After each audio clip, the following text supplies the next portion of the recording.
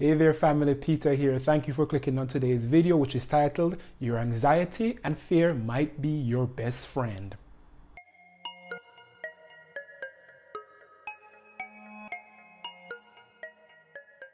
Many thanks again for coming to the channel. If you could do me a small tiny favor, be sure to hit that subscribe button.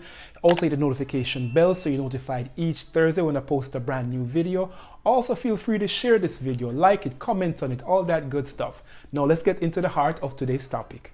So today we're going to talk about this idea of why I believe that your anxiety and fears might be your best friend. Such an oxymoronic statement, right? Because we're rightfully taught that anxiety and fears in chronic forms can be major mental health problems, in that they can trigger things like general anxiety disorder or agoraphobia or panic attacks and even depression. But if I'm saying that they trigger such bad things, why am I saying that they might be your best friend? Well, let me explain. You see, every living being on this planet needs some level of fear and anxiety to survive. For example, let's say there's a zebra walking on the Serengeti and it's just eating grass, lounging, all that good stuff. It may seem calm on the outside, but that zebra is constantly on high alert. It's always thinking that there's some predator around the corner. So because it's in that state where it can eat and think about those things at the same time, it's a thing that's inbred in that animal that allows it to survive. So you see, that animal needs some level of fear and anxiety to keep it on its toes, or hoofs in this instance. Well, human beings are no different. We all need some level of anxiety and fear to survive. It's the fear and the anxiety of catching the coronavirus that will make us wear a mask or social distance.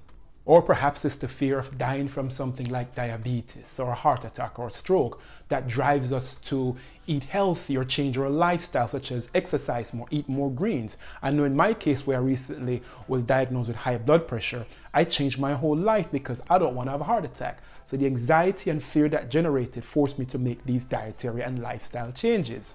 Or perhaps you grew up very poor and you've developed this fear and anxiety of remaining poor your entire life. So it motivates you to study hard in school so that when you finish, you're competitive in the workforce. Or perhaps you're on a sports team and you don't want to lose your starting position, so you train harder in the gym, which makes you in turn become a better athlete.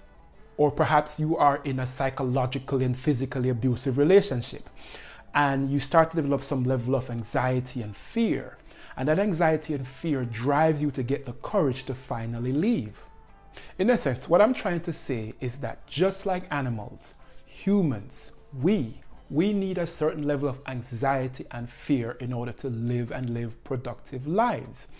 The key is to not let that anxiety and fear become so overwhelming that it triggers what I like to call something called analysis paralysis, where you spend so much time worrying and thinking about the outcome that you never get into the starting block to live this wonderful thing we call life. So I hope that this video made some level of sense to you. I hope that you're able to look at your anxiety and fears not as inhibiting factors, but as potentially motivating forces to help you make profound changes in your life, such as to buy that house, or to change your job, or to go back to school. Whatever it is that you want to do, I hope that your anxiety and fears, that you can use them to push you and motivate you. In the meantime, family, as always, stay well.